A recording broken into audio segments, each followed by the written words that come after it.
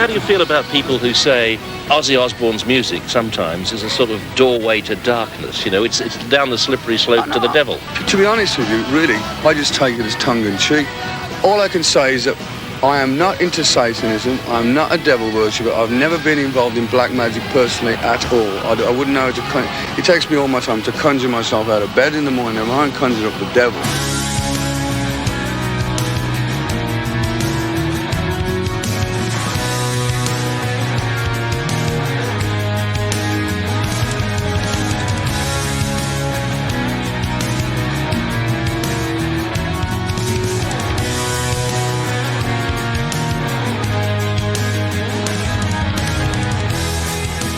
Hello, welcome to another episode of Diary of the Madman, the ultimate Ozzy Osbourne podcast where we geek out about all things Ozzy and all things Ozzy related. I am Josh Crum, and with me as always is Mr. Dan Drago. How's it going, Dan? I am doing fantastic today, Josh. It's good to see that beautiful face of yours. Absolutely. I look tanner than usual. I just got back from vacation, went and done some rides at Kings Island and spent some time with the family, so I'm looking nice and tan for you today.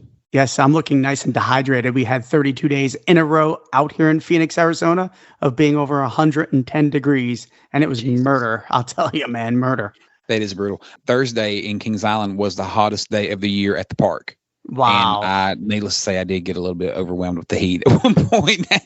I turned into the old man that had to go to the car and take a quick nap for about an hour and cool down. And I fought it, but ultimately I had to do it. And it was the right decision because then I was able to come back and have some more fun that evening that I probably wouldn't have otherwise. But yeah, it was brutal up there also. Dude, when I take the family to Disneyland, they go from like 9 to 11, like all fucking day. And I just can't. I will go back to the hotel or the house if we could do an Airbnb, sleep for a few hours, and then meet them back at the park. Or if I don't do that, I'll leave about 5 and say, I'll see you guys later back at the hotel. Yeah. Yeah, totally not me to tap out, man. But I just had, I don't know, I was swimmy headed. I was dehydrated. I was cold sweating. I felt like I was going to puke. And then I went and got on another ride and I was going to puke even more. And finally my son was like, he's like, dude, just go to the car and turn on the air full blast, lay down, take a nap. And I did that for about, like I said, about an hour and came back and felt totally rejuvenated. So it was the best thing for me. Yeah, it's scary shit. I don't think I ever told you I got heat stroke at Ozfest, actually. It was in California, of all places, not even in Phoenix, but it was the one where Slayer, Judas Priest, Dimmy Borgir played out there. And I went to California to go see the show because it didn't come to Phoenix. And I just didn't drink any water. I don't drink alcohol at shows. It's just maybe a beer or two max. I don't really drink a lot when I go to concerts. It's not my bag, right? I like to be coherent and understand what the hell I'm watching. I got like the dry sweats really bad. Have you ever gotten that before? Mm-hmm. I could barely walk. I had to hug one of the girls that walked there. And, she walked me over to a drinking fountain to get me water. It was a scary sight, man. I'll tell you. I picture him like a horse walking him over to the drinking fountain and putting his head down in the trough and letting him drink some water. And at Ozfest every year, I know when the sun would start setting, it was fucking brutal year in and year out, man. I was just telling my buddy, because I went and saw the Misfits last week here in Phoenix. It was an amazing show. If you guys ever get a chance to see the original Misfits with Glenn back in the band, do it. It's incredible. But I just told him, I don't think I could do the all-day festivals anymore, Josh. I just can't, man. At my age, I'd be dying. I know. And now they're like 4 days long. All day. Yeah, right. That's like when Power Trip came out. It's like, okay, it's a great idea. Just 2 bands each night. I can handle that. Yeah, that's a perfect idea, to be honest. So like when Ozfest, if ever it came back or a festival like that, I would probably just show up at like 4 o'clock and hit the main stage. Yeah. 3 or 4, check out the main acts and kind of be, and I hate that because we support up and coming artists. That's what we try to be. But at the same time, man, it's just so fucking hard. Yeah. And in Phoenix, that was in the parking lot. It wasn't on the main stage. There was no covering. So we'd be out there in 115 degree weather. It was probably hotter. We were on blacktop. I sent Josh a picture this week.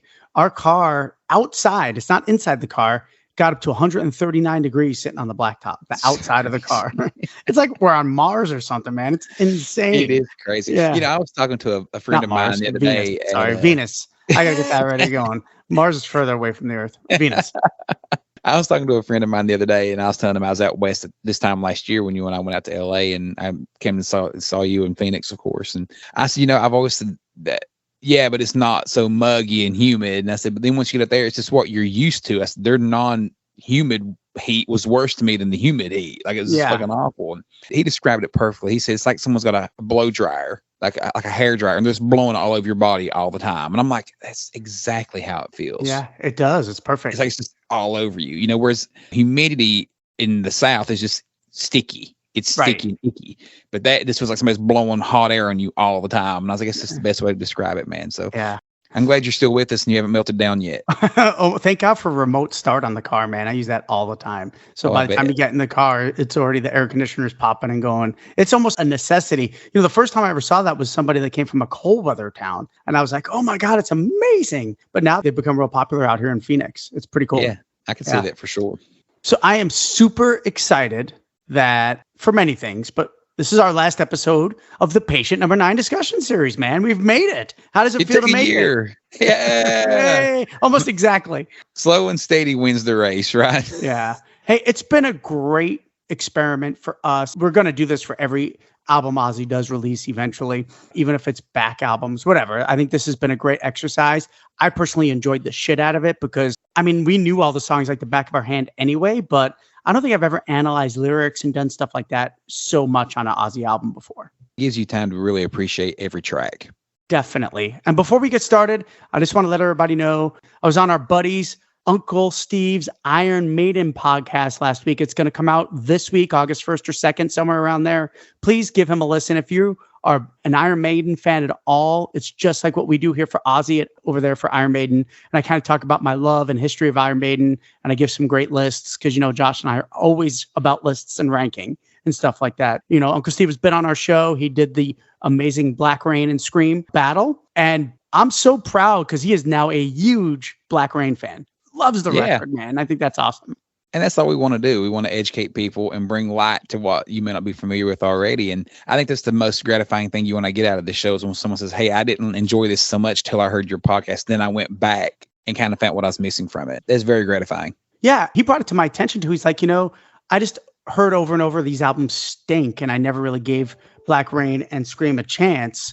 But he said at the end of the day, when he sat down and listened to them, he thought they were classic Ozzy records and they were heavier, much heavier than he was expecting. For sure. And, you know, one thing that you and I have talked about recently, it seems like Black Rain has just really aged really well. Something about that album. Yeah. When it came out, it was like, not Ozzy's best effort, kind of slow, drudgy, kind of stuck in the mud. But as time's played out, man, that album has aged better than most albums do. And it doesn't sound like a product of its time at all. It sounds like a good, solid current Ozzy record. Yeah, I agree. Where Scream does sound a little bit more like the product of its time. And I definitely visit Black Rain a lot. Matter of fact, I probably listen to Black Rain as much as any Ozzy record, honestly. Yeah. That's kind of like my Never Say Die. I, for some reason, for Black Sabbath, guys, it's not my favorite Black Sabbath record, but that's the album. I'm always listening to Never Say Die. Shit, I listened to it twice this week. But with Ozzy, I mean, Lay Your World on Me and Civilize the Universe and Countdown's Begun. I'm always going back to those songs. They're incredible. Yeah. Maybe it's just because they're not on the radio so much. There's not the burnout factor that, you know, some of the classic albums have. But I'm the same way, man. I go back to those albums a whole lot. And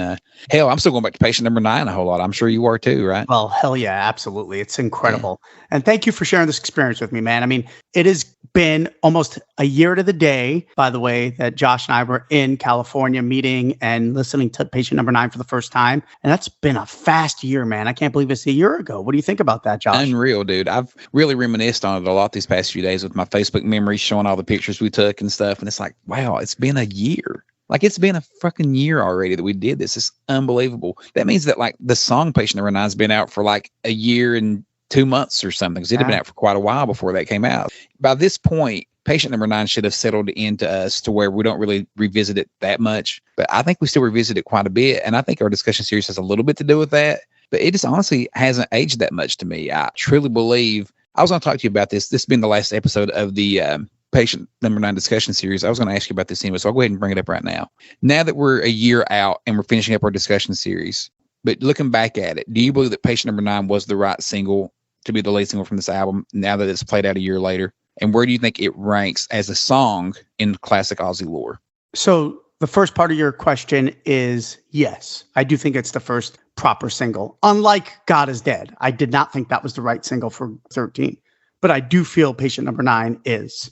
And I think it is up there with Gets Me Through, Under the Graveyard. I would say, I don't know if Scream has one, no offense, but the modern Ozzy classics. Ordinary Man is clearly one. I have a few more on this record that I think should belong, but I definitely think it's an all-time Ozzy classic. Yeah. Yeah, I was thinking about it. I know this time last year we were debating, I was kind of big on they should have released Immortal as the lead single. After hearing how up-tempo it was kind of a short, precise, to the point song. And I debated myself a lot on was Patient Number 9 the right single. But now that it's a year out looking back, that's exactly why I wanted to ask you. I do perceive it as the right track. And I think it's played out to definitely be a bona fide Ozzy classic. And I think if you have a greatest hits Ozzy album that got released next year, I think Patient Number 9 deserves to be right there with Bark at the Moon, The Ultimate Sin, No More Tears, Under the Graveyard, Patient Number 9. Those tracks deserve to be right there in the conversation. Yeah, no question. And I'm surprised Ozzy never did an Ozman Cometh Part 2. I really am. I thought that was a good spot to stop with Osmosis when he did it. Tack on Back on Earth, which was an Osmosis leftover, right? Incredible track. Our main man Ryan, one of his all-time favorite songs, which I don't blame him. It's incredible. We will do a B-sides episode one day because that song is absolutely gorgeous. But I think he should have done another one, to be honest. Yeah, and real quick, just to piggyback what you're jumping on there, we're going to do the music videos one day. All-time music videos by Ozzy, and Back on Earth is definitely up there on that one also. I love that video. Incredible. But I'm surprised he didn't do a part 2 because you could clearly do one starting with Gets Me Through and Dreamer right out of the gate. Matter of fact, I'm probably going to, just for my own amusement, create a 21st century best of Ozzy on Spotify so I could just jam it while I'm working out. Dude, I'm having flashbacks. Remember like in the 2000s when you would do that with CDs? It's like, I remember, dude, I literally had one. I had the Ozman Cometh, right? And I remember I made a bootleg CDR that said Ozman Cometh Again. And it had like tracks from like Down to Earth and shit on it. Yes. Yeah, he should have done that. And I think someday we'll see it because make no mistake, and I'll bring it back to Patient Number 9. This album won Rock Album of the Year. We've already talked about 4 classics, bona fide classics, maybe even 5 off of Ordinary Man. I think you easily have 4 or 5 classics on this record. You could easily fill another Ozman Cometh. For sure. But I think the song Patient Number 9 does stand out in the way that, like, say, Miracle Man did or Shot in the Dark as the song of the album, whether it's your favorite song or not, but it's the one that represents the record.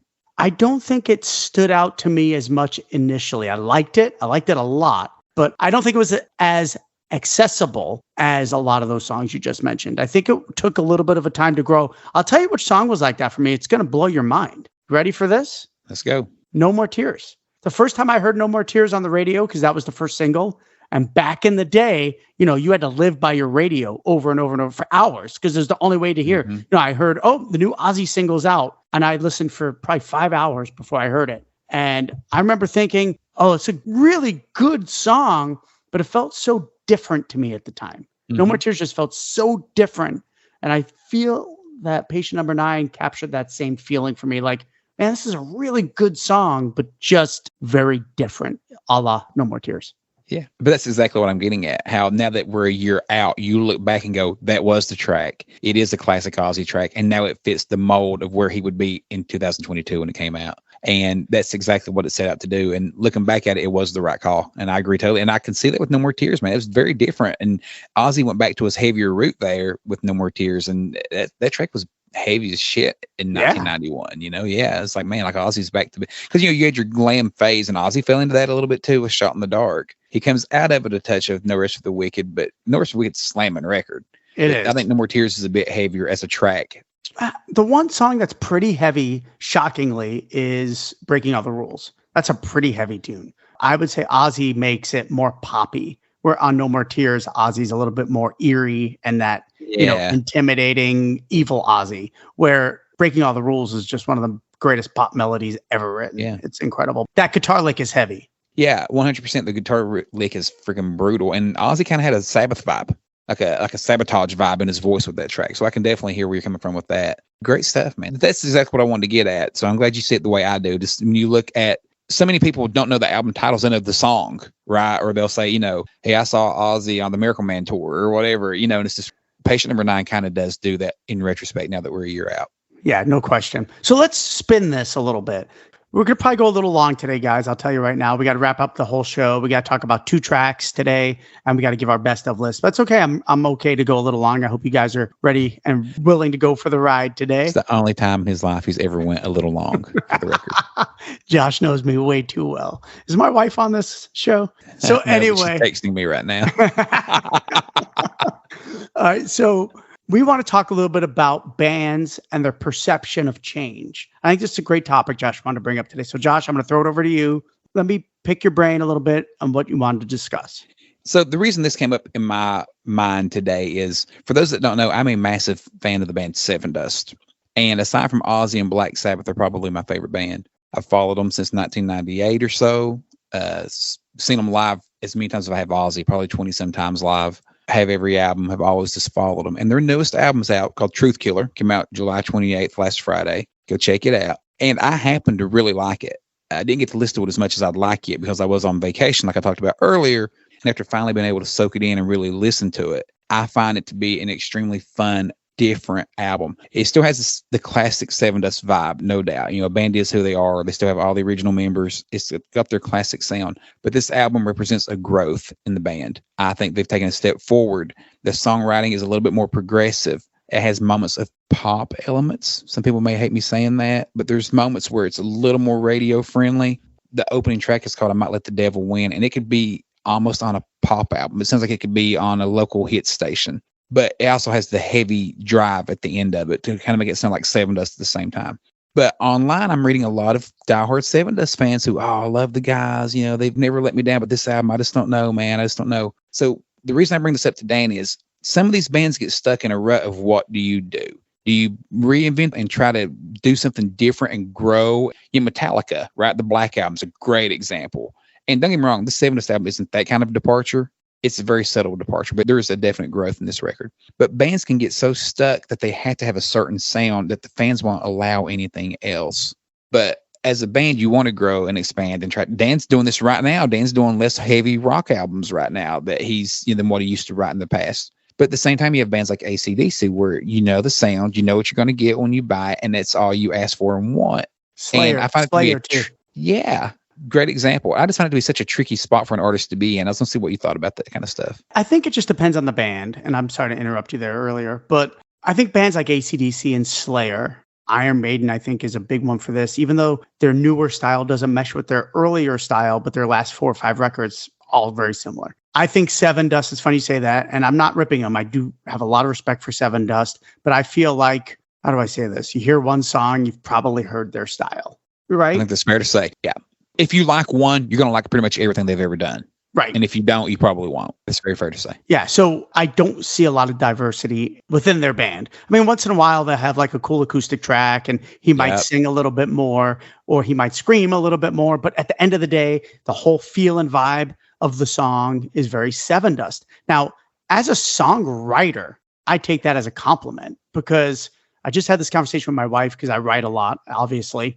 And I feel like my music has a style. No matter what, if I'm trying to emulate Sabbath, Metallica, the Beatles, or a modern rock song, I feel like the music I write has got Dan Drago imprinted on it. And I wear that as a badge of honor. Tony has that for sure as well. Oh, no doubt. Eddie Van Halen had that, and I'm not comparing myself to these people. Let me just be perfectly honest.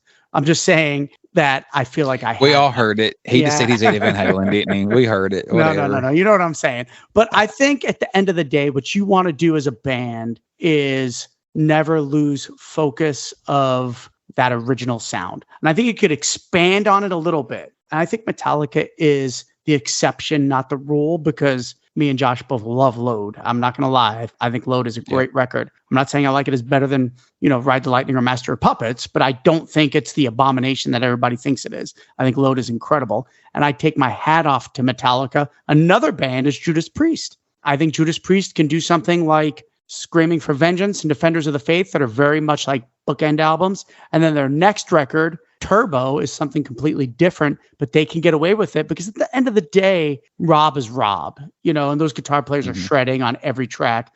It's hard because you don't want to lose your core audience. And I think a lot of bands do that when they change their style too much. But as a creative person, you don't want to write the same song over and over again unless you're AC/DC. Yeah. And again, if you're Seven Dust, let me be clear. They're not getting shredded for this album. But I'm just saying, I'm reading a lot of diehard fans say, man, this is the first album that they've put out that I'm not so sure how I feel about it, right? It's not so crazy different that they won't come around to it. They'll all come around to it. They'll end up loving it. But as a band, I will guarantee you they enjoyed writing and recording this album more than they have anything in the past 5 or 6 records worth. Yeah. Because it is different. Stepping outside their boundaries and trying new things. Well, isn't also Avenged Sevenfold doing this as well? And I'm not a fan of theirs, so I haven't heard their new record. And nothing against them. It's just not really my style of music. But aren't they doing something very similar? Yes, Avenged Sevenfold actually is a better example because they're way more commercial than Seven Dust. Their newest record, I mean, they try to outthink themselves all the time, I feel like. They're always trying to be so creative and different, whereas really all the fans want them to do is just rock and roll. They released the Hail to the King record, and everyone loved that. And they've never tried to do that since. Like, every album's going to be totally different. And even their live set. I was listening to the radio the other day, and somebody called in and was bitching that they went and saw them live, and they played like 7 songs from the new record or something, and they were all pissed off about it. I love that. Yeah, if I go see Seven Dust and they play 7 songs off this new album, I'm tickled to death because I've heard them play the other ones a million times, you know? We talked about that last week, that fans that go see an album tour should expect to hear songs from the album. Absolutely. Absolutely. And I'm all on board with that. But no, I was just kind of curious what people think about that. You know, do you like for bands to reinvent the wheel every time they release a new album and take a step forward and progress? Or do you truly expect that every time you buy your favorite band's new album, it should sound just like the last one? Yeah, it's a great topic. And I'll tell you why. Isn't this why 13 got kind of ripped a little bit? A little bit, yeah. Because it was not the opposite, right? They go back to their original style and everybody's saying, oh, you're copying yourself. It's a ripoff. Yep. But if they would have went too outside the box, people would have said, what the hell are you doing? So I sometimes feel like there's a no-win situation here. It is. Either way, if you do the same album over and over again, you're ripping yourself off. You're carbon copying yourself. If you change a progressive, never said I was progressive record for Black Sabbath. It gets shredded for that. But at the same time, that's what people love about it. Technical ecstasy too. Yeah, absolutely. It's just a fun topic. And like I said, there's really no right or wrong answer. It's just kind of what do you prefer? I actually prefer the different albums. Well, it's actually what drove Ozzy out of the band, ultimately. He hated the direction. He wanted to go back to the original sound. So it's kind of interesting. If you're in a band and you don't like the direction, I can understand that. But I just mean as a fan, like for me, for whatever reason, the Razor's Edge always stood out. It's just different. It had this little bit more edge to it. It had a Razor's Edge to me, you know. And I just always liked that, you know. And then sure enough, by the next album, which was Hard as a Rock, right? Ballbreaker.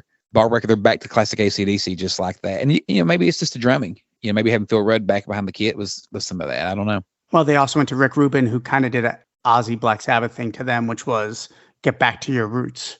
So then they went back to their brother to do Stiff Upper Lip, which I think is a great return to form. And I love Ballbreaker too, but I actually like them just as much as the Razor's Edge, to be honest. I think those 3 records is a hell of a run in AC/DC's history. Yeah, absolutely. No question. But you know, the Razor's Edge is slightly different. And I don't know. It's just, like I said, it's a no-win situation. It's also a no-lose situation. This depends what people prefer, what your listener wants. Last thing I'll say is, God bless AC/DC for writing the same song for 50 years and never getting tired or old and really writing a bad song. It's amazing what they've done in their Jim career. Brewer said it best, right?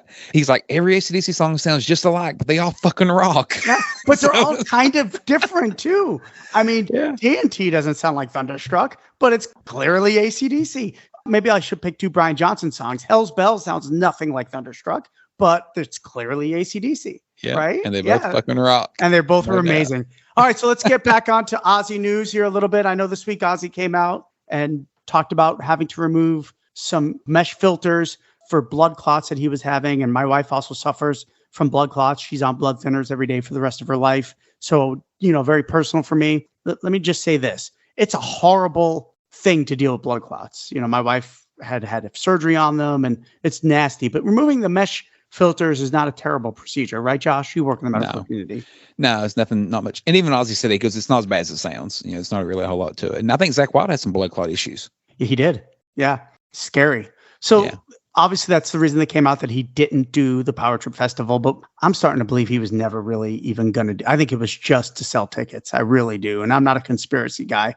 I think Ozzy had a 5% chance to play it. And they were like, all right, we'll throw it on there just in case. And we have Judas Priest as a backup if he can't do it. So when you say that, you mean in your mind, from the promoter's perspective, not so much Ozzy's. You think Ozzy intended to get out there the whole time, or he knew the whole time he couldn't? No, I think Ozzy gave them Ozzy might have said a 50% chance. I don't think Ozzy was I think the promoters were like, well, we'll sell the tickets even if Ozzy has a 5% chance to play, knowing we have Judas Priest as a backup if he can't make it. Very well could be. I do agree that I think he was like, hey, 50-50 shot I could be there. Yeah. Well, fuck it. We'll run with it. And like you said, the promoters in the back of their head are going, it's going to sell a lot of tickets. He's not performed since 2018, blah, blah, blah, blah, blah.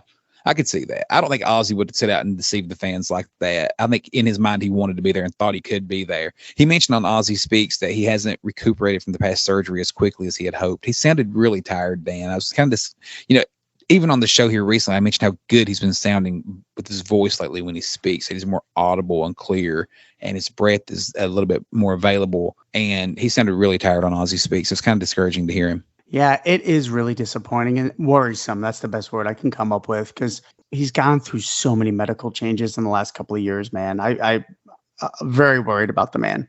Yeah. And apparently Sharon was on the Bill Maher podcast, and Dan and I have not got to listen to this one yet, as we just found out about it today or yesterday when Ryan mentioned it to us. But Ryan listened to it, and he gave us a quick update that Sharon did say that Ozzy wants to do at least one more live show to give a proper send-off. And that's exactly what we've said on the show, right? You and I both come out and said, I think the man just wants to play one more show. Go out on his own accord. Totally felt that. Yeah. Go out on his own accord. Exactly. Yeah, no doubt. And so she kind of confirmed that if they can just get one more out there, and I think it can be done, or even if you do an Ozzy and Friends gig where Ozzy comes out and sings 4 or 5 songs, but his best friends are singing the other songs, have people like Jonathan Davis of Korn, people who are close with him come out and perform Ozzy songs. He's in attendance, and then he joins at the end and does 4 or 5 songs or something. Just something to say bye in his own way would be awesome. I'd totally be down for that. That's a great idea. I'm hoping he could do a full show. I mean, to be perfectly honest, he actually looked really good. And this is probably a year ago almost at the LA Rams halftime show. Yeah. I thought he actually looked really, really good. I don't know if he looks as good now as he did then, to be perfectly honest. Yeah, I agree. I thought he looked really good out there. One more thing he mentioned real quick on Ozzy Speaks that I found very noticeable. It was briefest of statements, but he said it takes time to do things like getting ready for the show and getting your band together. And I thought, it's an interesting statement. Was there a chance they were indeed going to do this gig without Zakk Wylde? Yeah, I wonder. If it's Zach and Adam and Tommy, I mean, that's not really, you got to get the band together to rehearse a time or two, but at the same time, like, he made it sound like, it was the briefest of statements. He breezed right through that, and of course, Billy didn't jump on it at all. But I thought, get a band together, because that's kind of how he said it, got to get a band together. So I was like, Well, and these guys are all professional musicians, not only Zach, doing the Pantera thing. And eventually you and I are going to have a conversation on what that means for Black Label Society. I know they're doing a new record, but I feel like this Pantera gig is a full-time gig. And I think they're going to write a record, personally. I do. Man, it's so fucking big. So as I mentioned earlier in the show, I was in Kings Island. It's in Ohio. That's in northern Cincinnati. And everywhere I looked on this weekend trip, I saw Pantera shirts. And every time I did, I would speak and say, how metalheads are when we see each other. I was like, hey, man, cool shirt. Yeah, we can't resist, right? And I'm wearing a Motorhead shirt myself, so it's just kind of like whatever. But Incarceration is the festival in Mansfield, Ohio. And everyone had been to Incarceration to see Pantera, dude. And it was just a buzz up that way about fucking Pantera right now. And there's a definite thing about it. And Dan is not the biggest Pantera fan, so I know he probably ain't loving it. No, I just love that the festival in Kentucky, is it Kentucky? It's in Ohio. All right. The festival in Ohio is called Incarceration. That just makes me laugh. So here's why. It's held at an old prison that's abandoned. And they do a tattoo and music festival together, Incarceration. Incarceration. That makes. I just thought it was called Incarceration. Fuck it. No, Incarceration. That's awesome. And Pantera headlined it this year, I believe. I think Slipknot was there too, or somebody. And they're opening for Metallica on the first night of their tour, which is going to be huge, and they're going to go over incredible. Absolutely. Yeah. So I think this Pantera thing is going to be years. I wonder when he's going to have time to even tour for Black Label Society. Well, the reality is, people can bitch all they want, it's not a reunion, the brothers aren't there. Go look at the fucking shows. Those crowds are going bonkers, man. They are going bonkers. And the band's tight. Zach and Charlie are fitting in perfectly. I'm like you, man. I can see it going further. The minute they try to release an album, people will lose their shit, but we'll all fucking buy a copy. No Dan question. may not, because Dan's not a big Pantera fan, but he does love Zakk Wylde, so he might for Zach. I will for Zach, for sure. But now, if Phil goes back to singing, I would be more involved. Like, I really love Down. I think the First Down record is one of the greatest records. And I like Phil's voice on that even better because he's singing that smoky rock voice that he has, which I think he's lost his way in Pantera and he doesn't use it very much anymore. True, but if you've watched any of the videos, and I know you have watched some of the videos from their shows, Phil sounds really good right now. He does. He sounds surprisingly good. Yeah. Absolutely. I just hope he cuts down on the screaming a little bit. Yeah, absolutely. And I think he will just to preserve his voice, if nothing else. So let me ask you this since we brought it up. I'm sorry we're going crazy today, guys, but this is how the show is. What is the difference, explain it to me, of Zach playing Randy Rhoads songs with Ozzy and Zach playing Dimebag Darrell songs with Phil? I don't know what the difference is. Dude, that's an excellent way. I've never thought about it that way, but that's an excellent way of putting it. Because one has a band name, one has a solo artist name. But still, I mean, Randy Rhoads is so iconic. Attached to Ozzy and so iconic. Why is nobody getting mad that Zach is playing Randy Rhoads songs, but they're all up in arms about him doing the Dimebag stuff? There's no rip on Dimebag, but Randy is just as iconic. Yeah, he's more iconic. But no, that's an excellent point, man. I've never thought about it that way. And, I've always said if anyone was going to do it, Charlie and Zach are the guys.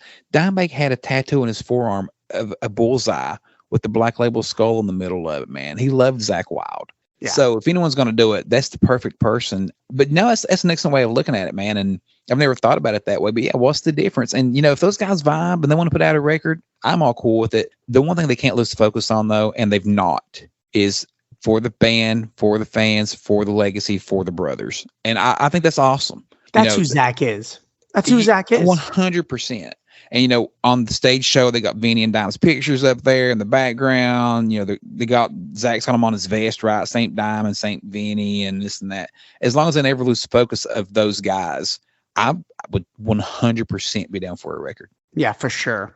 All right, so real quick, we're running along today. Why don't we talk about what Sharon said on the Bill Maher podcast? I haven't had a chance to listen to it yet. I haven't listened to it either, but apparently Ryan informed us that Sharon said she's wanting to build a Black Sabbath museum in Birmingham.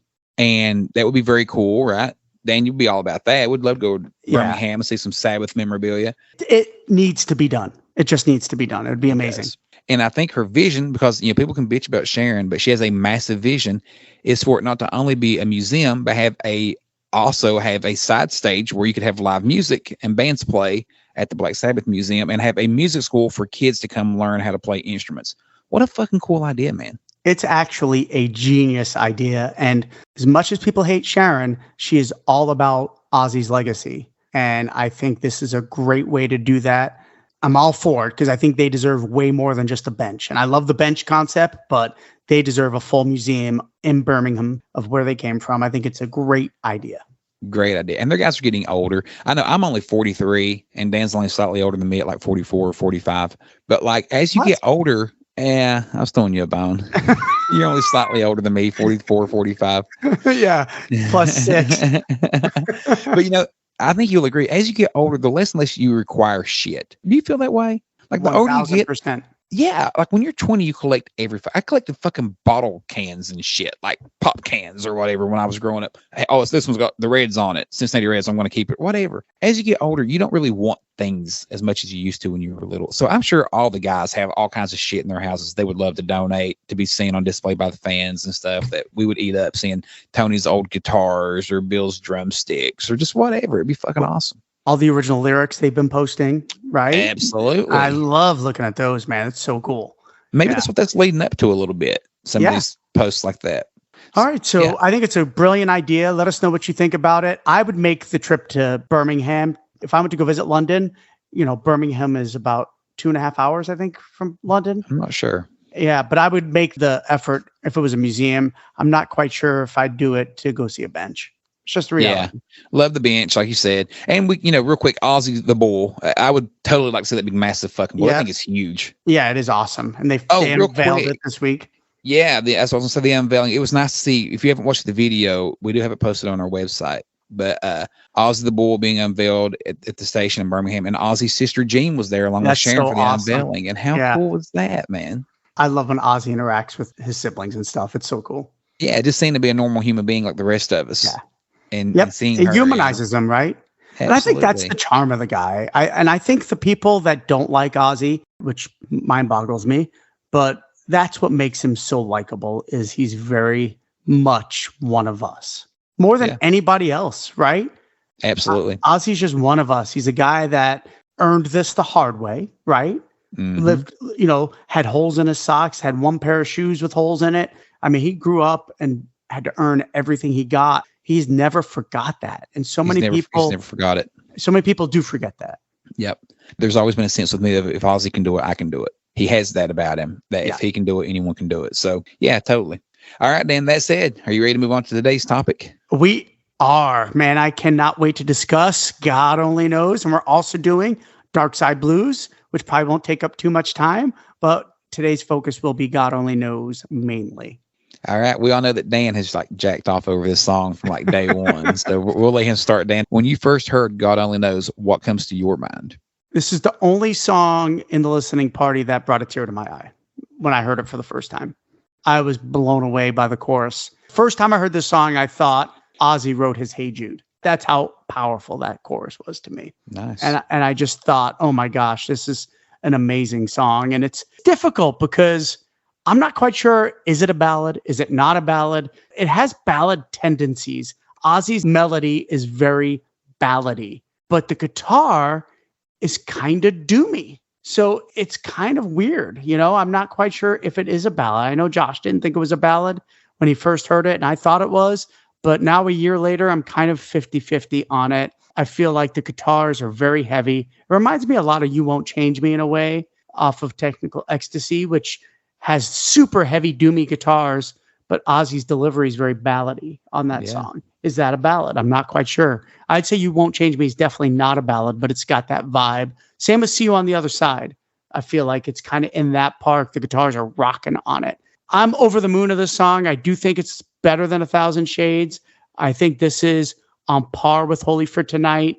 This is the type of song that I wish Ozzy would do a full album of. I really would. I think this is Ozzy at his most comfortable, at his best at the end of the day. I think it's incredible. So real quick, before I just want to read the stats on it real quick. God Only Knows was written by Ozzy, Andrew Watt, Ali Tamposi, and Taylor Hawkins. So not as many songwriters on this as a lot of other tracks on the record, just the 4. It features Ozzy on lead vocals, Andrew Watt on guitar, Zakk Wylde on guitar, which I think you can hear his contributions again. Andrew Watt is also on bass and keyboards, and the drums is the late, great Taylor Hawkins, who I think does a fantastic job on this song. And Josh Homme plays lead guitar from Caius and Queens of the Stone Age. And we'll get into the guitar solo here in a second. So Josh, what is your first impression of God Only Knows, and where does it stand from today compared to when we first heard it at the studio? So is it a ballad? We all know my opinion on the ballads on this record. This record doesn't have any ballads except for the 2 ballads. We've already established that. Yes, exactly. This is one of the 2 ballads. I do see it as a ballad, but like you said, it's a dark ballad. See You on the Other Side is a perfect example of where I place this song from a standpoint of what style of the Ozzy song it is.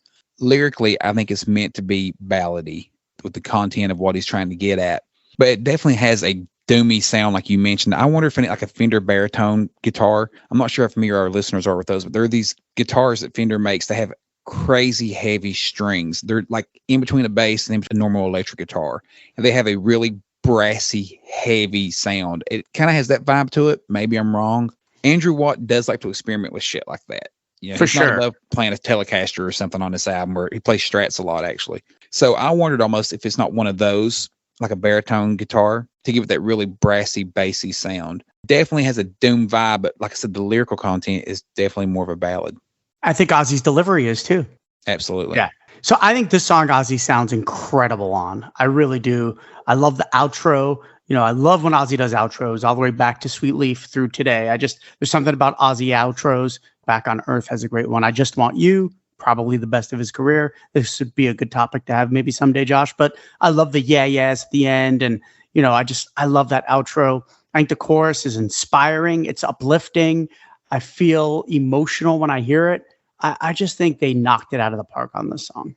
Melodies are through the roof. And piggybacking on what you just said about the closing of the song, the great way to close the record. I know it does come back in with Darkside Blues, but let's be clear, Darkside Blues is a bonus track that's like a tack on thing. This was a perfect album closer. The yeah, God only knows. That's the perfect way to end the album. The same way we wanted Holy for Tonight to end Ordinary Man, and it didn't. Then they come back with It's a Raid, which seemed so out of place. Sequencing is a lost art in music, and that's a prime example is Holy for Tonight and It's a Raid. They should have been flip-flop those, and you're perfect. But yeah, God Only Knows is the perfect way to end this record. And even going into Darkside Blues doesn't really ruin it because it's so brief, and it's kind of, you know, it's kind of a tack-on moment, right?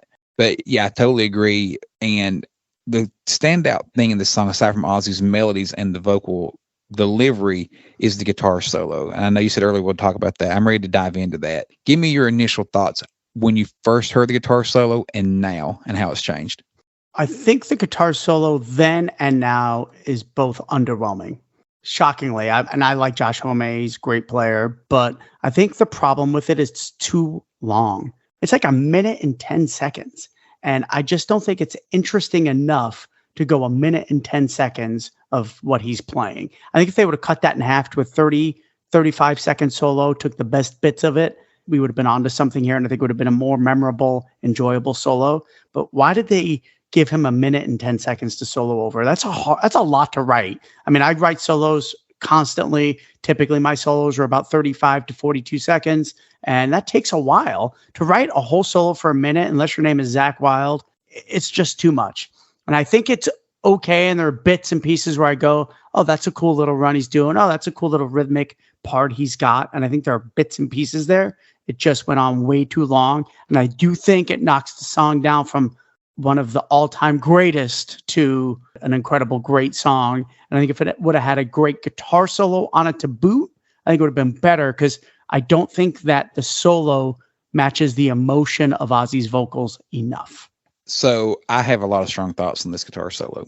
For one, a friend of mine who's not so much of a friend these days, he got mad at me over this show one time and told me to fuck off. But one of our arguments we had right before he did that was, he said it comes in like a moose fart. And it does. And it's a bit powerful. When you first hear it the first time, you're kind of like, what is that? A year later, that doesn't bother me at all. Like, I don't hear that anymore. It doesn't stick out to me anymore. It just is part of the song. It don't bother me. Well, if you smelt shit for a year, you'd probably get used to that too. Exactly, right? I will agree. I think the solo is underwhelming. 100% you nailed it when you said it goes a little too long. So I've had the impression from day one that they've tried to do their version of Purple Rain with this guitar solo. Even the way it wails in. That's what Purple Rain does, the exact same thing. Purple Rain in originality was like a 7-minute guitar solo, right? And it's edited amazing. it down. And yeah. Prince just slays on it, man. Yeah. And they edit down to what we get on the album, though, which is like 4 minutes or something of him just ripping. Everyone knows this more. Prince is a fucking amazing guitar player, but that's beside the point. I'm with you. I think that's what they were trying to do with this one, but I'm with you when you say it went too long. And I'll tell you right when it goes too long, when it goes to those minor notes.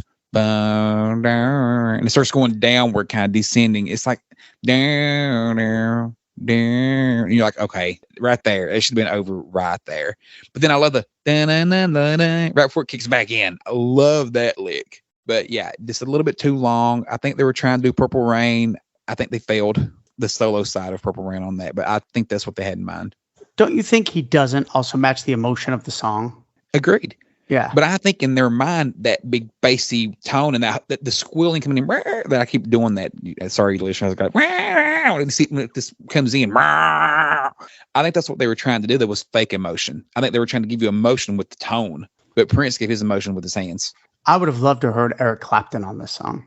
100%, or even Jeff Beck again. Yeah, right? Or Jeff Beck. I was going to say that, but he was on too. I think this should have also gone to Eric Clapton, because Clapton is an emotional player, and I think he would have done a great job with his great bends that he has and just that feeling. And sometimes the notes you don't play are really important. And I think that's where Eric Clapton is incredible at. And I think he would have just knocked this one out of the park. And I think they made a mistake and gave Josh Homme the wrong song. At the end of the day, they should have put him on Dead and Gone or something. No, I think you're right. And that's a good call. Like, when you consider that Eric had a beef with one of those days that you don't believe in Jesus, he had a problem with that. Whereas lyrically, this song, he would have ate up, because it's more of God only knows what's going on, watching the children play with guns, right? And all these topics that it touches that Eric probably would have had a strong opinion on in a positive way. So he probably would have preferred to be on this track lyrically. It's a great point, man. He would have been really good on this one. I agree. And it's not to knock Josh. He's a great player, but something's just a little off with that. I agree. Yeah. And I think that is going to reflect in my ranking because everything else about this song screams what Dan loves about Ozzy. Honestly, I like the music of the song. I think Andrew Watt knocked it out of the park. I think Ali Tamposi kills the lyrics. And of course, for me personally, one of Ozzy's best melodies throughout. Now, I would say it doesn't have a bridge. I wish it did have a bridge. They could have shortened that solo and added a key change or something to make the song have those classic Ozzy bridges that he does so well. And I just wish they would have done that. And I think this song would have been one of the greatest Ozzy ballads ever if they would have made just those slight changes. Yeah, it's great, but it feels like this is the one that they just didn't put as much effort into as the others a little bit. Like, oh, it's good enough. It's great. Move on. Whereas the others, they feel like they put the time into always taking that extra step, and this one maybe not so much. Yeah, I mean, at least they gave Ozzy the outro, which I think makes up for a lot of it. Again, make no mistake, listeners, this is one of my favorite songs on the record. I think if they would have done like Josh is saying and gave it just a little bit more love and care and tenderness, it could have been an all-time great Ozzy song. It still is for me. I'm not going to lie, but I think it could have been way up there with the greatest of the greats, the So Tireds, the See You on the Other Sides, if they would have just made these small changes. Yeah, I agree totally. But like I said earlier, sequencing was great also. And I think the sequencing makes the song a little better too. I love where it's placed. Do you want to dive into the lyrics? Yeah, I do. Absolutely. I will say I am disappointed there is no bridge on this song. Ozzy bridges are incredible. This song's built for it. Yeah, it really is. All of his ballads are built for it. The bridge on Tonight is still one of my favorite moments in music history. Oh, man. Before we get started, I want to bring up our listener, Dan Cushney. And Dan is a great guy and always participates. And we love the participation. So thank you, Dan. And he brought up a really good point to me last week on Dead and Gone, where he said that he feels like they were purposely trying to emulate Crazy Train. And once he told me, it really made sense because the verses of Crazy Train is very societal, right? Talking about the Cold War and all these large, big problems. And then the chorus you have, I'm going off the rails on a Crazy Train, which becomes very personal and they don't really connect very well. And I remember talking last week that's my big problem with Dead and Gone, which is I don't feel like the lyrical content in the chorus matches the verses. But I thought it was a great observation, Dan, and thanks for sending my way. What do you think of that, Josh, before we get to Yeah, I hadn't really thought about that, but yeah, I can see that. I think when you have multiple lyricists on a song, that just happens sometimes, right? People are coming from a different perspective. I agree. No matter what Bob says, I guarantee Ozzy came up with I'm going off the rails on a Crazy Train. He could talk about Randy having trained models and him having trained this and trained that. That lick and that chorus is clearly Ozzy riffing off the top of his head. All right, so God Only Knows, written mostly by Ali Tamposi, I'm sure, with Ozzy sprinkled in. So verse 1. This song, by the way, guys, if you've not heard it, is incredible. The melody of the verses, Ozzy is so vulnerable and emotional here. It's incredible. Face down on the pavement like a wounded animal. Don't know if I'll make it, but I'm giving up control. Man, already I got goosebumps. The sky is laughing at me. Great delivery on that line by Ozzy. Shivers through my bones. Does it have to end so badly? Am I out here on my own? All right, Josh. So I just think this is about a guy who is literally dying and he's looking back at his life and he doesn't want to die alone. Wounded, like a wounded animal, face down on the pavement. The sky's laughing at him. Does it have to end so badly, with all of Ozzy's surgeries and, all the shit he's going through? Is there anybody else out there, meaning God maybe? Am I out here on my own? What do you think? I think the same thing you just said. I think this is kind of Ozzy's take on his own health and his own well-being at the time, just being so frustrated, and still is. We talked about it earlier in the show, still being so frustrated with his health issues, and that he just never seems to get better. He keeps thinking, I'll do this surgery to get better. It never seems to always get worse and worse, and the sky's laughing at me. Fate is laughing at me. Is it ever going to get better? And I come from this with the same perspective that you do, that this is about his own well-being. So the chorus comes in, God only knows what's going on. My life has become the saddest song. Great lyric. Better to burn in hell than fade away. Fade away. I always think of that line from the Highlander movie, Yes, I'm a Geek. God's looking down on what we've done. watching the children play with guns, better to burn in hell than fade away, fade away. Again, when I first heard the song in Sirius XM Studios in California with you, Josh, I thought this song was going to be about society, almost like Ozzy talking about where we are in the world today. But I don't think it's that at all. I actually think this is a very personal song. So that has changed with me over the year listening to it. What I take out of that is God only knows what's going on. Am I right? My life has become the saddest song. He's reaching out for God for an answer. And I guess he's realizing I'd rather live my life the way I had than fade away, right? Like an ordinary man. So he's talking about how he's happy with the way he's lived his life. He'd rather burn in hell than just fade away, never being remembered, which I think is really important. And then the next line, God's looking down on what we've done, watching the children play with guns, obviously is more of a society condemnation, but I think it talks about God not interfering in that. How's he going to interfere in my life and my suffering? That's an excellent observation. The whole time I came from this song the same perspective you are right now, that it's Ozzy's well-being, like I said a second ago. But that line's always bothered me, watching the children play with guns. And I was always like, well, is that just saying everything going on in the world? Okay, that doesn't totally fit. But I see what you're saying. If Ozzy's watching the children, Ozzy is God. So technically I kind of get that right. That's so good. If God is watching children play with guns and he's not going to intervene with that, then he's clearly not going to intervene with my issues, right? I never thought about that till just now, but that's solid as shit, man. I'm with you on that. Yeah. I've always wondered where that line came from. And I think you kind of just answered that for me. Thanks, man. I think that's the only real answer for that. So we go to verse 2. Ozzy's so goddamn good. Someone show me mercy, because I got nowhere to go. The good times always hurt me. Is it safer down below? It's hard. I'm reading this, but I'm hearing Ozzy sing, and I can't even bring the context of what I'm reading because of Ozzy's delivery and melody is so good. So good. Yeah. Wonder what comes after. Will we do it all again? Things that used to matter, they don't matter in the end.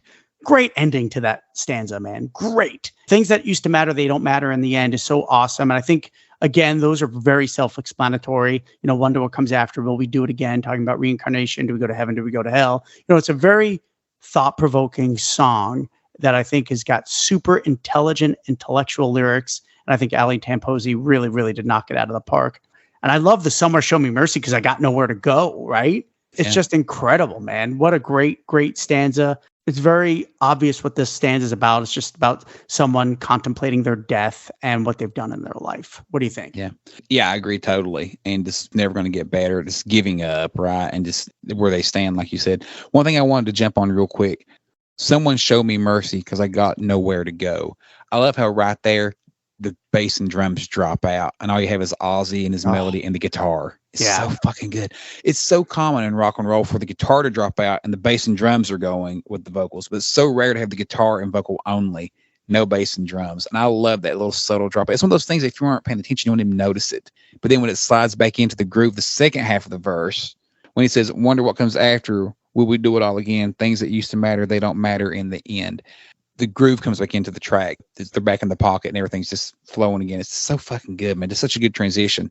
But things that used to matter, they don't matter in the end. That line has always stuck out to me also because there's so many things we get wound up about in life. And at the end of the day, they don't mean shit. Right. Like tomorrow, it'll be not a big deal. And things that used to matter, they don't matter in the end because at the end of the day, your loved ones, your children, that's what matters. And, your spouse and things like that. Your legacy, what you've done, and your legacy, what you've done to help society. That's a big one for me. That's what's going to matter in the end more than my CD collection. Yeah, absolutely. Even though it matters a lot to me, but at the end of the day, but things that used to matter, money, having money, things like that, it don't matter in the end, right? Yeah, it's great lyric. So there's not a lot of lyrics to the song. I'm just going to read the chorus one more time. God only knows what's going on. My life has become the saddest song. Better to burn in hell than fade away. God's looking down on what we've done, watching the children play with guns, better to burn in hell than fade away, fade away. And then we have that long solo, another chorus, and then that kick-ass outro with the fade away, God only knows what's going on. That again has the See You on the Other Side vibe, right, with the outro. Very similar right there. See You on the Other Side again. Great call. One of his best outros ever. That's awesome. That's perfect. That's exactly what it recalls. Yeah. Excellent. I love the melodies on the song. To be honest, this is my favorite song on the record from a melody standpoint. I know you're not going to see eye to eye with me on this, No, but it's up there. It's a top 3 melody for sure on the album. I agree with that. and I think melodies are so strong for me, especially for Ozzy, more than anybody else walking the face of this earth, because Ozzy's melodies are the holy grail. And I think that his melody is so good on this song that I can overlook the less than satisfying guitar solo to make this song absolutely totally incredible. Yeah. And his phrasing on some of these words and lines. He has some really good phrasing on this song. There's a lot of emotion and heart that goes into the vocal performance on this one. Oh, what a great performance. The guy is singing his ass off on this song. Yep. And if people aren't hearing it, auto-tune this, auto-tune that, whatever. You could hear the emotion, the vulnerability, and the passion, and the incredible notes this guy's hitting in his 70s. And the guy sounds better than ever. I mean, hats off to Ozzy on this track. He sounds incredible. And I think that's part of what our love affair has been with Holy for Tonight. It's very similar. There's a passion in his vocal on that track that you and I have both picked up on. And God only knows has it. Ozzy, this is what he wants to do. He did tell Andrew Watt, we want a heavier record. Him and Sharon, we want a heavier record. We want this. They do. But Ozzy's wheelhouse is these fucking ballads, man. Especially right now. And like you said earlier, he could do an album of ballads and it would be phenomenal. I've said for years, I've told Zakk Wylde's wife, Barbara, and myself, talk to Zakk about talking to Ozzy, about getting together and doing an acoustic record. It'd be fucking great. I like how you whispered that, by the way. Like, we're not putting that out there on the podcast. Right? Classic Well, Josh. her response to me was, I'd love to hear that also, but that's Ozzy's decision. Which it is, and we know that. This is what Ozzy wants to do. And for the record, I will say one more time. Imagine Zakk Wylde's Book of Shadows, but with Ozzy on vocals. Yeah. That would be fucking shit hot, man. It would be That'd amazing. Be Absolutely amazing.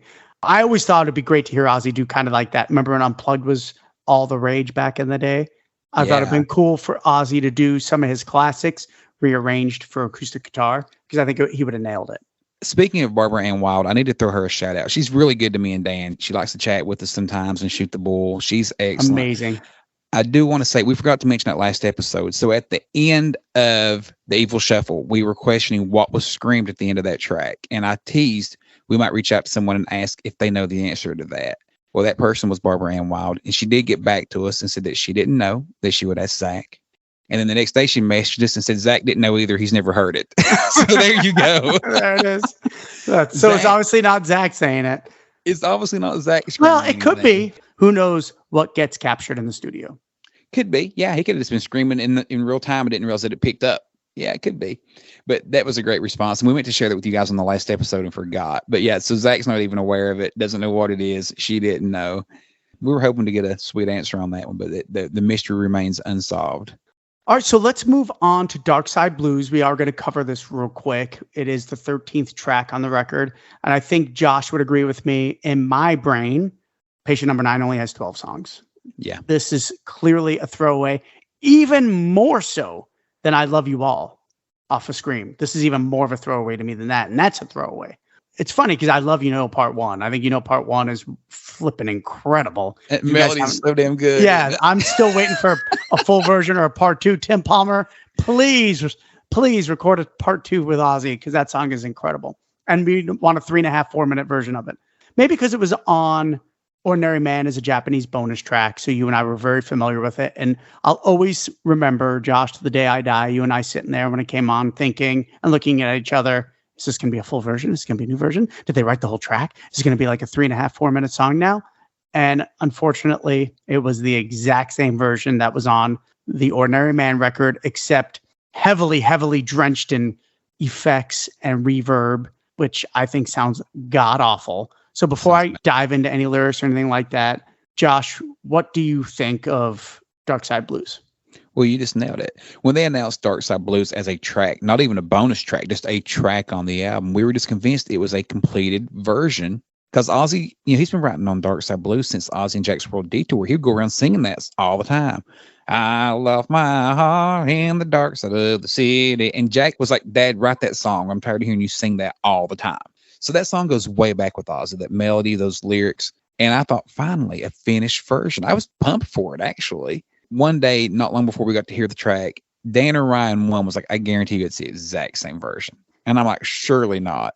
And surely, yes, it was the same version. But like Dan said, worse, because they drenched it in reverb and In the South we call that slapback. Yeah. With a bunch of slapback, and it doesn't even sound as clear and audible. I don't know what the point of that was. You have 16 tracks to play with, well, including that one, 15, and then that track. The need to throw that on there is very odd to me, especially when it was already released as a bonus track on Ordinary Man in Japan.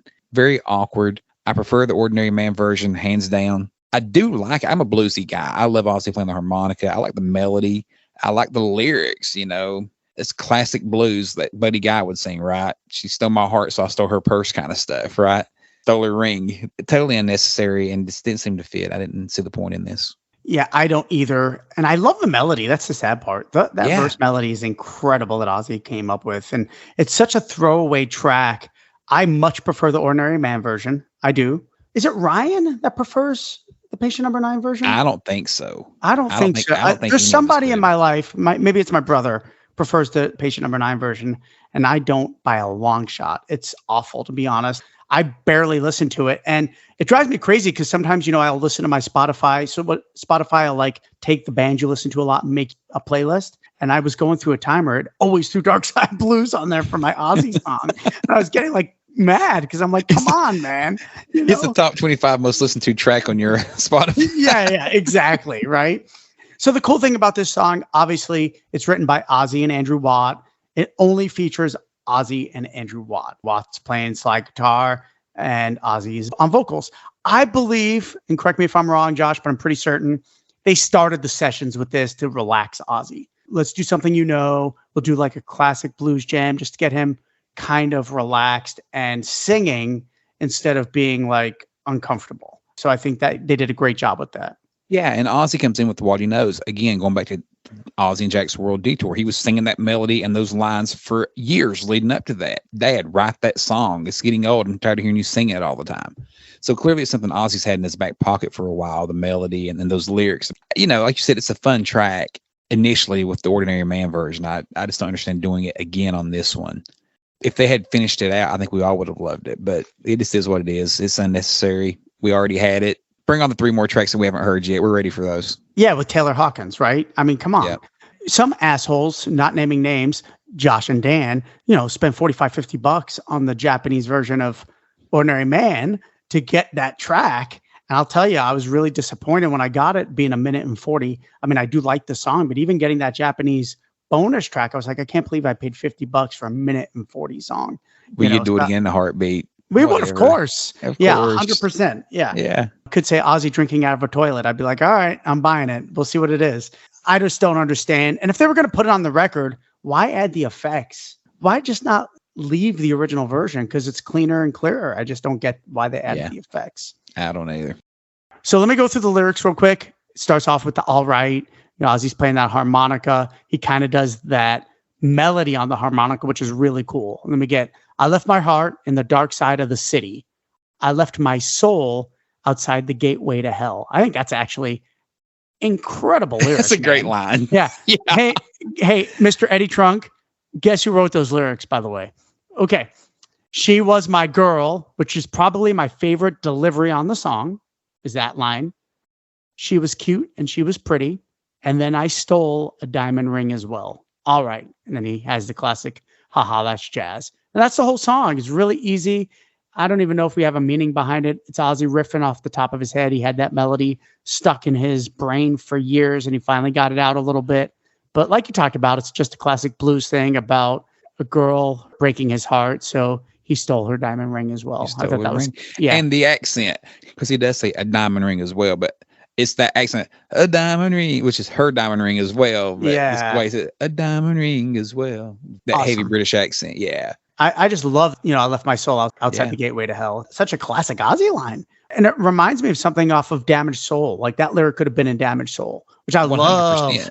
Love the lyrics to Damaged Soul, man. I think Geezer wrote those. They're incredible. And I think Damaged Soul is as good as anything off of the first album for the most part, but we'll get into our 13 discussions someday, but it's such an underrated track. So that's Darkside Blues. There's not really much to it. It's 1:47, but it rounds out the album. Like I said, when I listen to the record, I don't even count that it's there. I end with God Only Knows. Yeah. And let's be clear, Dan and I aren't totally shitting on this track. It's just it was already released on Ordinary Man. It's the same thing again. So it was like, why do that? I love to hear Ozzy play harmonica. I think he's not the greatest player, but he's better than some people want to give him credit for. The harmonica before Eat Me is actually this. I don't know if Is it the you same ever picked melody? Never really picked up on that. Yeah. Give that a good listen now. The Angelic Sessions on the Black Sabbath live album that they put out after the final show in Birmingham, right? And Ozzy's shredding some harmonica before the Wizard. And what's weird is on the version they put online of the Wizard, they cut that out. And I'm like, why did they have in the 1 minute of Ozzy shredding that harmonica for fans? We love that shit. If you haven't watched that, go watch the Angelic Sessions, playing like 4 songs after the final show of Black Sabbath in Birmingham, England. They smoked the Wizard, but Ozzy plays some excellent harmonica before they go into that. It's really fun to watch. I think that's a great point. I love his harmonica playing. I'm not a big harmonica fan, you know that, but Ozzy playing it's cool, and I love his live version of the Wizard when he's just jamming on it. It's so killer.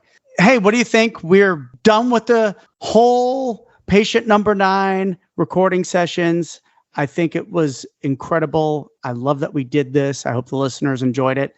Now we get to do our favorite part, which is rankings. 12 to 1, 12 being our least liked song, 1 being our favorite song. We do this for every deep dive. And basically, guys, this is basically the deep dive of Patient Number 9. We just broke it down song by song. It kind of makes me realize I don't know how we're going to go back talking about albums in a regular setting when we've just talked about, like, this episode is going to be, almost 90 minutes. We're talking about 2 songs. So it's going to be interesting to go back to the old way of doing things, right, Josh? Yeah, it will. It's going to be kind of tough to sit back and not break down every single line of every single song, but we'll have to force ourselves to do it, I suppose. Or we can not. Right. We can go track by track. I know some of our other podcast friends do that exact thing where they just talk about a single song. So maybe we'll do that. It's a great idea. What I was thinking, maybe. All right, so let's talk about our list, and we don't have to give a long answer, just a quick little recap of why it's there. We've talked about these songs ad nauseum. So let's just give a quick recap. Why don't you start? We're going 12 through 1. We are not including Darkside Blues in this because that would obviously be 13 on all of our lists. Yeah. So, and again, the precursor, we love this fucking record, man. So number 12 on this record is probably number 6 on Ordinary Man or 7. So like, we love them all. This album is fucking stellar. That said, number 12 for me is Evil Shuffle. Nice choice. My number 12 is also Evil Shuffle. I love it. And I remember texting Josh a couple of months ago going, God, I love Evil Shuffle. It's so strange, but it's the least liked song on the record. It's their least liked song on the album, but yet when we're in SXM and Zach's shredding that solo, we're just like nudging each other like, fuck yeah. Zach's killing it, and awesome. Here it sits, bottom of the fucking barrel, but still a fucking awesome barrel, right? Number 11 for me is the Grammy Award-winning Degradation Rules featuring Tony Iommi. All right. Okay. My number 11 is No Escape From Now, featuring the one and only Tony Iommi. God, that hurts. I get it, I'm though, man. Sorry. Matter of fact, it's by far my least listened to song on the record. I actually listen to Evil Shuffle more, but I do like No Escape From Now just a smidge better. I think maybe it's just because the Sabbath hook for you is a little more tired right now. We did have 13. And I also think it's a little over-exaggerated that song is better than most of 13. I'm a big lover of 13, and I think that song would have been a good middle of the road from the 13 sessions. I mean, that's still impressive, but I don't think it's a top 3 song off 13. I just don't. No, I agree with you. I think on 13, it's 5. I'd say 6 or 7. 13's fucking great, man. I can't wait to get into that one. All right, so that brings us to number 10. For me, that is the one we discussed today, God Only Knows. Dan's face right now. Oh, man. Ouch. And let me be clear. We said it in the episode earlier. Ozzy's melody and delivery is what makes it what it is. There's the other parts that fell for me. I don't know if I could continue. I might be bringing in my resignation. Oh, that hurts. My God. All right. My number 10 is the Grammy Award-winning Degradation Rules with Tony Iommi. Number 9 for me. This one's going to hurt Dan also. Sorry, Ryan. Mr. Darkness. Holy shit. Oh, God, it's so low. It hurts me to say it. Are you serious? Yeah. Oh, my God. Josh is clearly on drugs, ladies and gentlemen. That one is mind-blowing. I get God Only Knows, but that I do not get. Yeah. All right. My number 9 is Dead and Gone. See, that one hurts me. Ouch. Yeah. Number 8 for me, Parasite. Usually Dan and I are totally on par. I think we're opposite par this time. Yeah, His face as I read these. It's crazy. I know who's more on my page is definitely Ryan for sure. I think so. My number 8 is Immortal. All right. That brings me to number 7, which is One of Those Days featuring Eric Clapton. It's a great song. So this is the part of the record, 5, 6, and 7. I'm just going to give the caveat. could be different every day. Those three in particular are neck and neck for me, that it just is tough. I think you're right with that. I agree. Yeah. For me today, number 7 is 1,000 Shades, featuring the great Jeff Beck. Yeah, we've joked about the middle four thing, that they're all in the middle four, but that middle four is just so fucking tight, man. It's just hard to get it right. You had Mr. Darkness at 9, man. My God. It made the bottom 4. Oh gosh. And number 6 for me is Dead and Gone, and that one really hurts me to say because I really want it in that top 4. It's a great track. I mean, it's way down on my list, but it's still an incredible track. My number 6 is the very catchy One of Those Days with Eric Clapton on guitar. I do think it's a great song, very high up on my list, and I think Ozzy sounds great. It's a fun song for me. That brings me to number 5, which is Tony Iommi's No Escape From Now. Fucking great song. I will never hear this song, Dan, when it kicks in and goes to the heavy section, and not picture Jose Mangin head banging and putting his fists in the air, his devil horns in the air, and just rocking in that studio. Listen to that song twice with him, and it was fucking amazing. My number 5, this one has moved up the most on my list, by the way, is the emotional Nothing Feels Right. The upper 4. So my number 4 is the song that for me keeps growing as the album is worn on a year later. I like it more every listen, and that would be 1,000 Shades.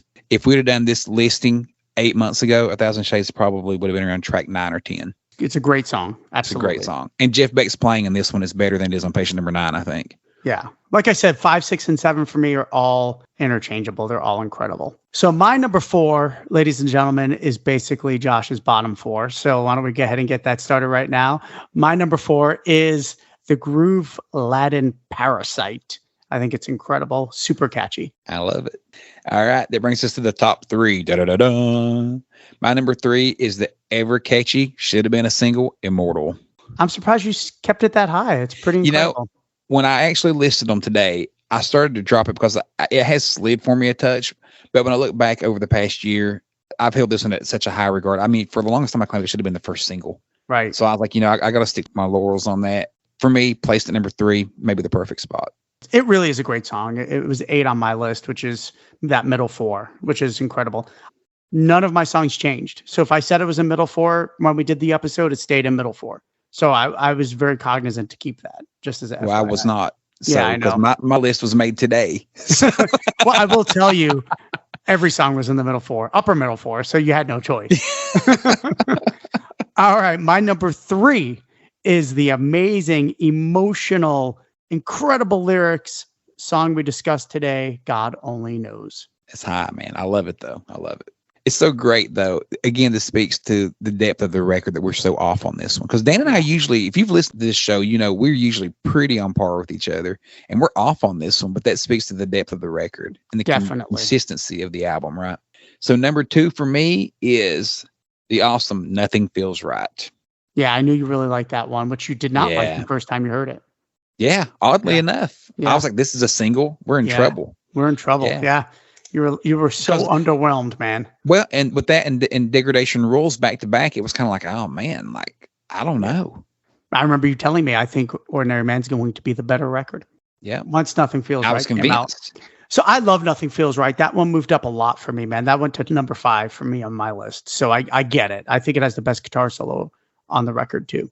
My number 2 is the title track, Patient Number 9. I don't think it has lost an ounce of its amazing style, how different it is for Ozzy. I think it is an all-time classic Ozzy track, and it is a great song that I'm so glad that he's recorded in his, late in life. It's incredible. We're so lucky to have a song as good as Patient Number 9. Absolutely. And that brings me to my number 1, which is obviously the title track, Patient Number 9.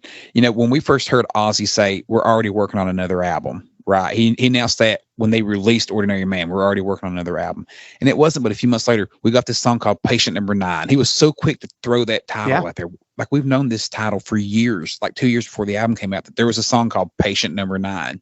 So clearly he was very excited about it. Like I said earlier in the episode, it just holds true. Here we are over a year out for this track. And it's an Ozzy classic. Bottom line, it's an all-time Ozzy classic. It's my favorite track on the record. So my number 1, if you're paying attention, I've not said this track, and I pretty much alluded to it when we did the episode. And I know our great friend Ryan Beavers is going to 100% agree with me on this. The greatest Ozzy song, maybe, of the 21st century, and that is Mr. Darkness. I can't believe that is in your bottom 4. That is a disgrace, sir. Mr. Darkness is everything I want in an Ozzy track. It's got mellow, it's got heavy, it's got slow, it's got up-tempo, and it's got emotional, vulnerable Ozzy vocals. It's got great lyrics that I thought we did a great job of talking about. And it also has a great guitar solo from Zakk Wylde. I just think Mr. Darkness is probably going to be my favorite Andrew Watt era track, even better than Under the Graveyard. Wow. And Holy for Tonight. I don't know how he can beat it. That's how much I love Mr. Darkness. Yeah, I love it. Great call. I know Ryan, like I said, that's definitely his pick. We don't even have to ask him. I love Mr. Darkness. The fact that it's number 9 for me just again speaks to the volumes of the record, man. I mean, that's crazy to me, man. I don't understand what is not connecting. To me, I mean, my number 9 is Dead and Gone, but that's at least your number 6. Right. I mean, my number 1 track is your number 9. I don't know if we've ever been that far off. I don't Your think number we've 1 ever been track that is far off. my number 2 track. So we're at least connecting there. I don't know what we are missing there, Josh. That's crazy to me. It's totally me. I know when we done that episode, it made me think a lot harder about this track, and I listened to it so much before and after we recorded that episode. Not that hard. It is so fucking good, man. It is so good. There's no question about it, and it probably should be higher up my list. But at the same time, my list is what it is. Eat it. So this is what I've just learned. How Ryan hates Over the Mountain, Josh hates Mr. Darkness. But we all know that Mr. Darkness is better than Over the Mountain, so whatever. It's damn close, I'll tell you that much. Hey, man, Mr. Darkness is awesome, man. I think it's incredible. I just want to thank you for doing this, man, and thank you, listeners, for taking this journey with us, because I do think it was an incredibly entertaining journey. It really gave legs to this album. Not that it needs it. I do think it's safe to say, for me personally, it's my favorite Ozzy record since Osmosis. Easy. And I think I like it better than maybe some of the ones before Osmosis, and that's crazy. Yeah. But I there's one, maybe 2 that I like it better than from the classic 7. I think Ozzy and Andrew Watt and Ellie Tamposi and Chad Smith and Robert Trujillo and, of course, Zakk Wylde and Taylor Hawkins, Duff McKagan had a big part. I think everybody stepped up to the plate and made a classic record. Yeah. Honestly. Absolutely. And I agree totally. I know when Patient Number 9 first came out, I said the fact that it's even getting revered as versus No More Tears. I mean, the fact that it's even in that ballpark says so much. And how ironic that we finished this Patient Number 9 series the same week, literally 2 days after we went to SiriusXM Studios and listened to the album for the first time together. So kind of a cool way to gift wrap this and put a bow on it. Literally 1 year, almost to the day that we did that. So amazing timing to finish this up and release it. But that said, I'm glad it's over with. Now we can move back to the other episodes and kind of, venture out there and really pick our brains about what we want to do next. And we need the listeners to pitch in. Let us know, what do you want to hear us do? Dan and I have been talking about it for the past few weeks, what we might want to dive into after the Patient Number 9 series is over and the time is finally here. So now we've got to start really talking seriously about it. But it's been fun talking about this album with you, man, and breaking it down track by track. Like you said earlier, I've never done this before either, and it definitely opens your eyes to a lot of the songs in a different way. Yeah, and hats off to Ozzy, and Andrew Watt. This album was number 3 on the Billboard charts. It had 4 number 1s on the Billboard charts as well. But, obviously the main track, the Billboard 200, he hit 3. It was the number 1 hard rock album. It was the number 1 rock album on Billboard. It was the number 1 alternative album on Billboard. And it's also the number 1 physical sales album on Billboard, which really annoys me that he was number 3 where he had most sales that week. That is a tough one for me to swallow. And it was the Grammy Award-winning rock album of the year. Yeah. And he won the best heavy metal song of the year. Everything that Ozzy could have dreamed, except hitting number 1 on the Billboard top 200 album chart like he did with 13. And I wish this album would have done it for him. But man, the man is immortal, and he is even more immortalized after this record. No question about it. And with that said, Dan, is there anything else you want to say before we sign off? I'm good, man. Thank you for the listens, guys. Let us know. We might put up a poll, like Josh had mentioned, to see what we want to tackle next. So please jump in and take a vote. And let us know, rank the album for us. 12 through 1, how do you rank the tracks on Patient Number 9? We'd like to know which songs are your favorite. Whose list do you agree with the most, mine or Dan's? Something tells me I'm in the negative side of this one, but that's okay. Let us know what's your favorite track. Let us know your listing. But until next time, we'll see you on the other side. Thanks for coming. No, thank you for coming.